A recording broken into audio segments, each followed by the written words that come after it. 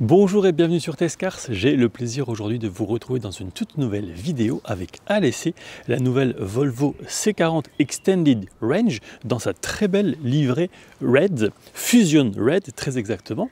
Au niveau des dimensions, on est sur 2,03 m de large, 1,59 m de haut, 4,44 m de long, l'empattement est de 2,70 m et le rayon de braquage de 11 mètres. Enfin, on peut charger jusqu'à 75 kg sur le toit et on va s'attaquer tout de suite à la face avant. Face avant avec des optiques de jour, vous le voyez en forme de T. Il y a évidemment au sein des projecteurs Full LED la possibilité d'avoir l'éclairage en plein phare sans éblouir la personne ou les personnes qui viendraient en sens inverse. D'ailleurs, chaque phare compte 84 LED très précisément. Juste en dessous, vous avez les lave-phares haute pression. Si on descend encore un petit peu à côté de l'anti-brouillard à LED, vous avez l'un des capteurs pour le système avant. Il y a également l'emblème ici qui est chauffé et qui intègre en outre la caméra à l'avant. Calandre fermé, couleur carrosserie, puisque évidemment il n'y a pas grand chose à refroidir. Et sous le frunk, donc le coffre à l'avant, vous allez voir qu'on va pouvoir mettre 2-3 petites bricoles puisqu'il y a 31 litres de chargement. Ce qui est aussi très bien, c'est que l'ouverture se fait très simplement, sans effort.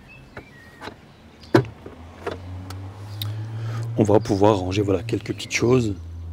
Un filet de séparation, le triangle, un kit de premier secours ou évidemment les 2 câbles de charge.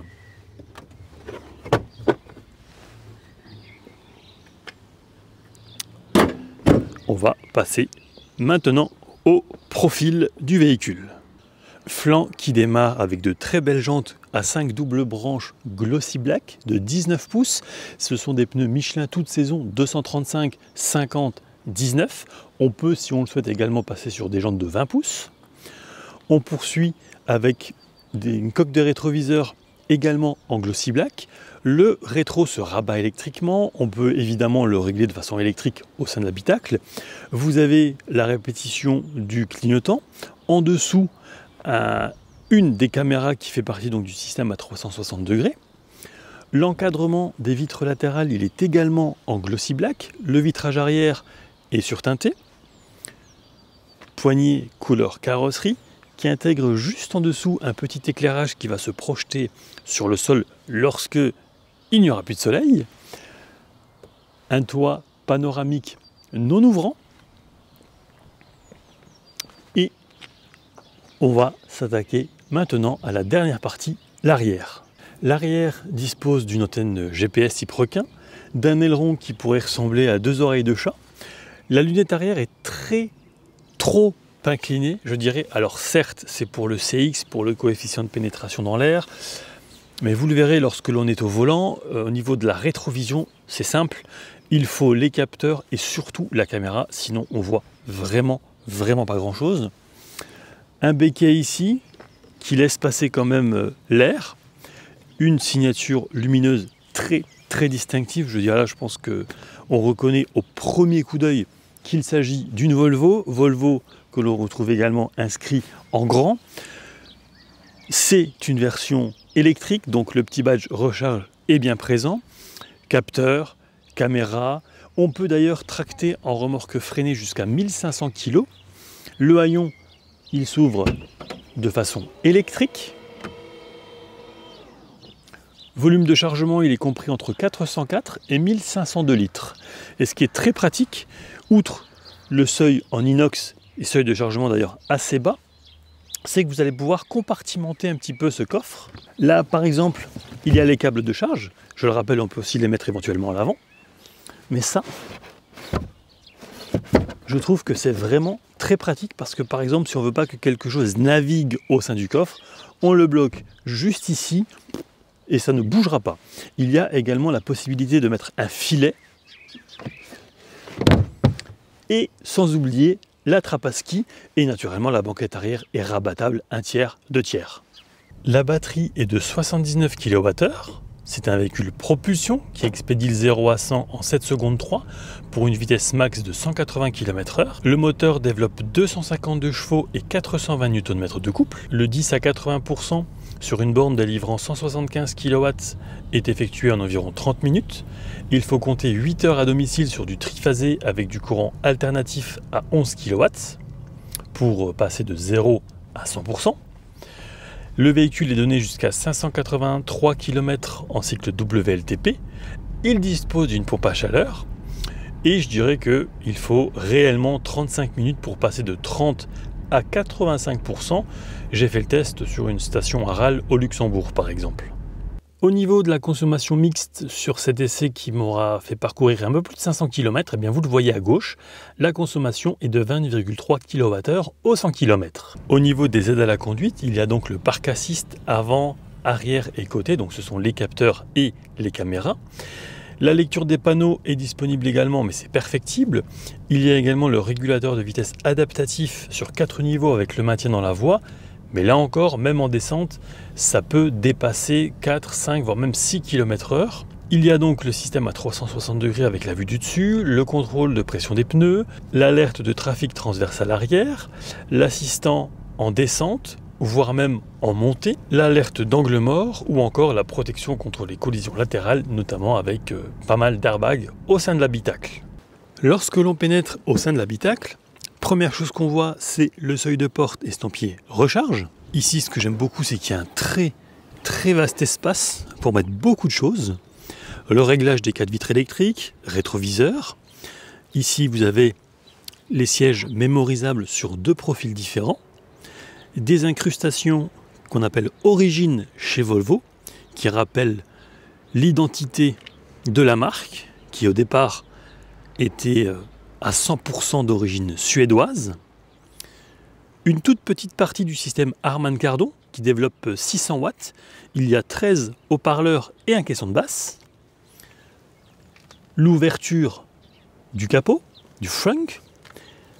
Et vous le voyez, eh bien, tout ce qui est siège, ce sera électrique du côté conducteur, chauffant également sur 3 niveaux, réglage lombaire, il y a même la possibilité d'étendre quelque peu le coussin d'assise, siège en tissu premium qui maintiennent bien, avec un petit rappel encore ici de l'origine de la marque. Ensuite, l'une des aérations, le bouton reset, c'est en fait pour remettre à zéro trip A ou trip B par exemple. Le commodo derrière est lié au feu ainsi qu'aux anti-brouillards.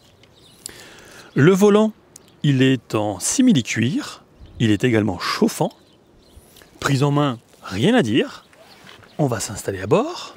Alors ce qui est bien sur ce volant, c'est que c'est très simple à comprendre. Ici, vous avez globalement le menu, ou en tout cas les commandes, pardon, liées au régulateur de vitesse adaptatif sur plusieurs niveaux, il y en a 4. Et ici, ça va vous permettre de changer par exemple la source musicale. Et ici, alors je pense qu'il va falloir que je démarre, voilà, pour que vous puissiez voir, puisqu'on va pouvoir avoir certaines informations. Par exemple, la navigation, tout simplement, ou rien du tout, pour avoir un espace épuré au possible. Alors, à gauche, vous avez la vitesse. À droite, vous avez les différents modes, c'est-à-dire D en avant, neutre, c'est simple, c'est le point mort, ou R, marche arrière. Et dans ce cas-là, eh bien, la caméra va automatiquement s'activer. Et en bas, un élément super important, surtout sur ce genre de véhicule, l'autonomie restante. L'affichage que vous voyez là, il est d'une taille de 9 pouces et il y a à côté un écran de 12, sans oublier évidemment le commodo lié aux essuie-glaces. En dessous d'ailleurs, vous avez également le réglage du volant qui peut se faire en hauteur mais aussi en profondeur. Réglage manuel d'ailleurs. Au-dessus du volant, vous avez ici un pare-soleil qui intègre une LED et un miroir, avec également de quoi mettre par exemple un ticket de parking. Et vous avez également ici de quoi mettre, ranger ou stocker par exemple une carte de recharge. À droite, vous avez la commande liée à l'ouverture du haillon du coffre. Miroir sans bord. Ici, vous avez la commande SOS, évidemment les lumières de plafonnier. Je vous ai parlé de la rétrovision intérieure. Eh bien, voilà concrètement ce qu'on voit dans le rétroviseur. Et aujourd'hui, on a de la chance parce que c'est très lumineux. Dans un environnement plus sombre, eh bien, capteurs et caméras, comme je le disais, sont absolument indispensables. Et d'ailleurs, j'en profite également pour vous parler un petit peu de la qualité de la caméra. Bon, là, c'est un petit peu sale, mais lorsque c'est propre, eh bien, la qualité est plus que satisfaisante. Idem à l'avant. Alors, je vais volontairement m'avancer. On voit vraiment bien ce qui se passe devant. Un très très beau toit panneau, assez vaste. On redescend avec de nouveau des incrustations de type origine juste ici.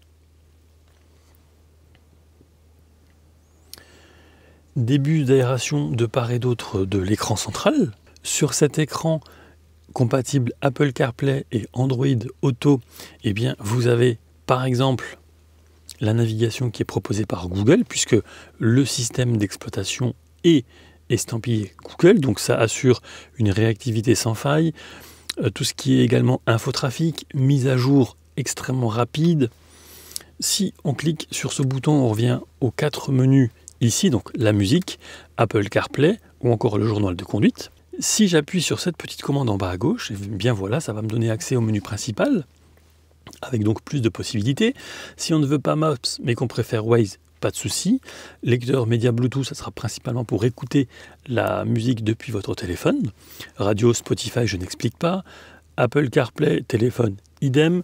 Google Assistant, donc on va pouvoir lui poser certaines questions. Il y a également la qualité de l'air. Alors ensuite, l'assistant d'autonomie. Donc là, quand on va rouler, eh bien, ça va en temps réel afficher la consommation, avec également le style de conduite. On peut aussi optimiser l'autonomie en limitant, comme vous le voyez, les fonctions de la clim, ou la puissance, l'efficacité de la clim. Statut voiture, ce sera principalement le TMPS, donc le système de pression des pneus. Ensuite, le Play Store, donc le magasin d'applications que les possesseurs de téléphones ou de tablettes Android connaissent parfaitement. Donc la caméra, ou en tout cas les caméras.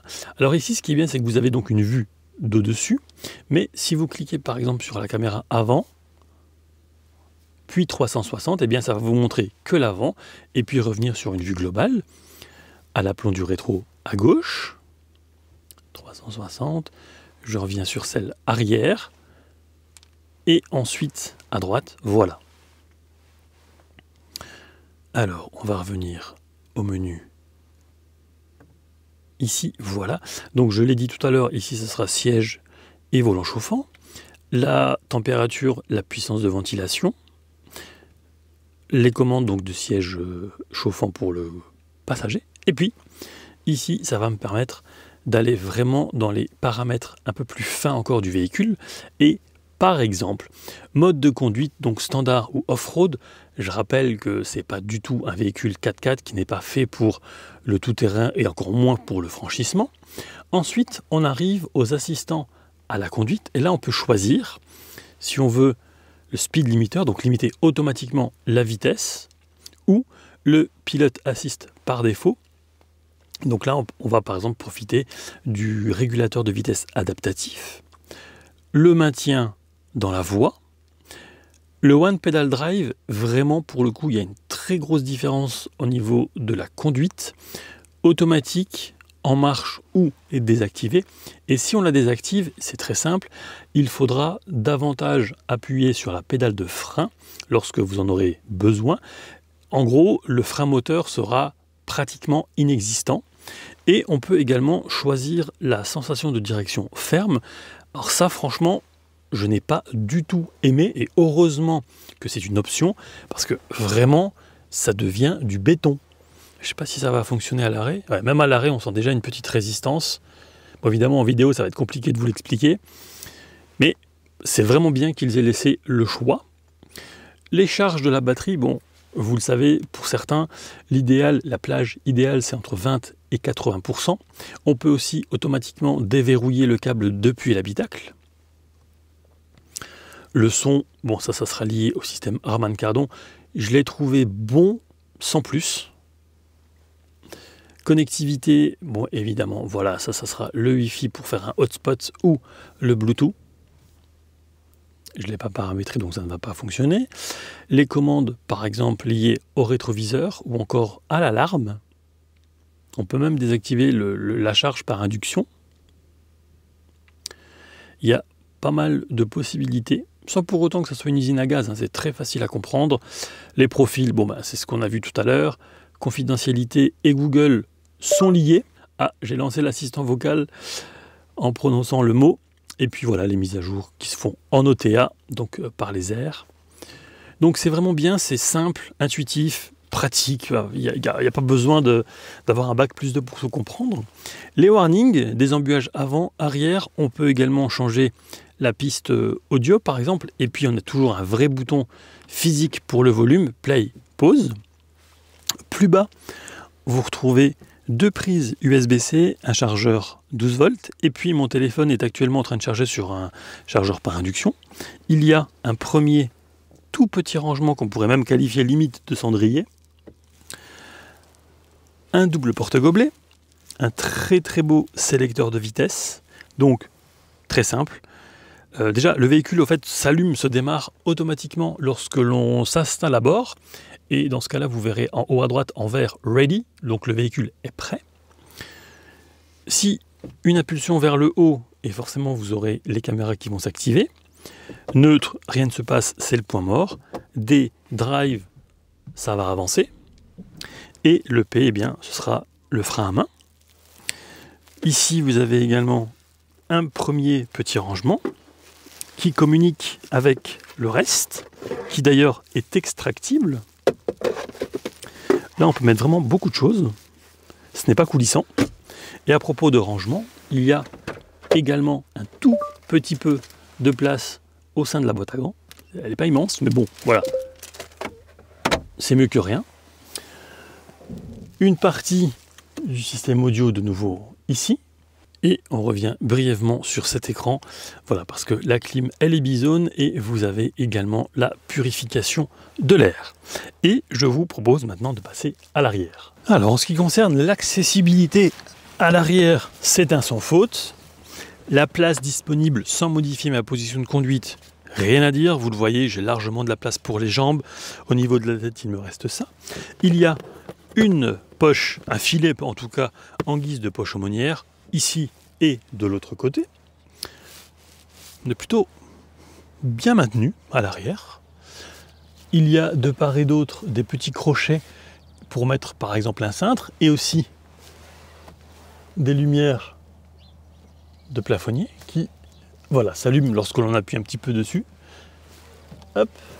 Je vais passer de l'autre côté puisque ici vous avez quand même un tunnel de transmission assez massif avec en dessous des aérations une prise avec 2 ports USB-C. Donc là c'est vrai que on est assez haut. Du coup il ne reste plus que ça au niveau de la tête. Par contre là c'est vrai que bon, qu'on soit à côté ou au milieu, on va pouvoir profiter pleinement du toit panoramique. C'est vraiment sympa, très sympa même.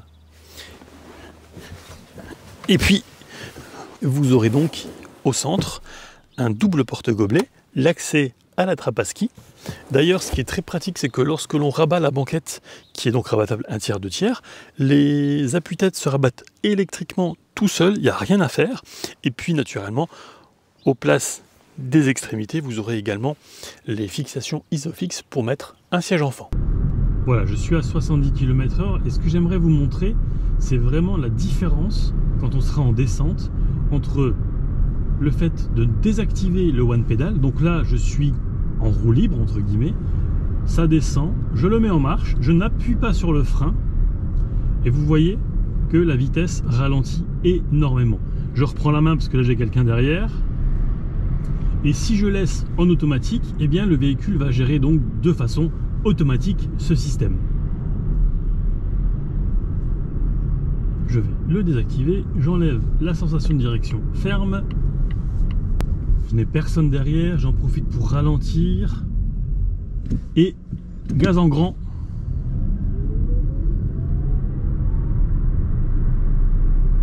Et voilà, 90 km/h.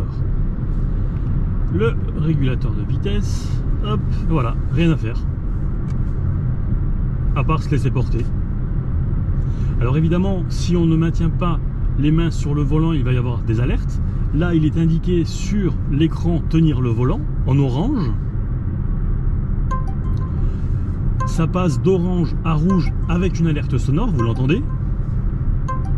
Et si vraiment je laisse mes mains en dehors du volant, ce qui va se passer, voilà, le régulateur de vitesse va se désactiver, l'assistance d'arrêt d'urgence est activée. Et là, ça va freiner, voilà, vous le voyez, jusqu'à l'arrêt complet.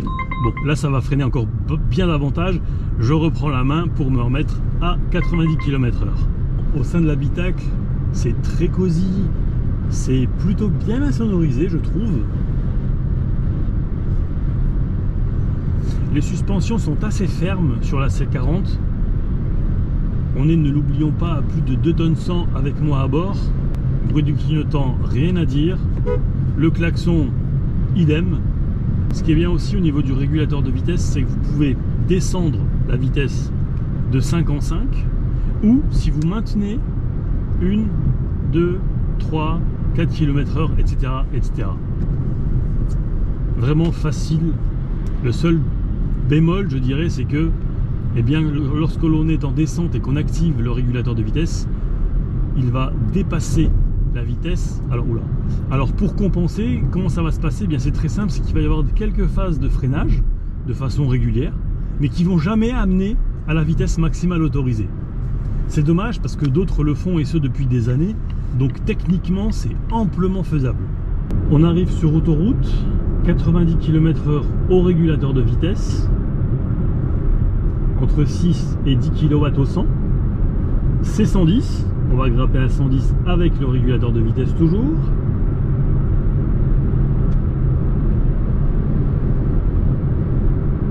Il y a aussi une grande différence si je mets le chauffage de la clim ou pas. Je vais vous montrer. Là, il reste 290 km d'autonomie.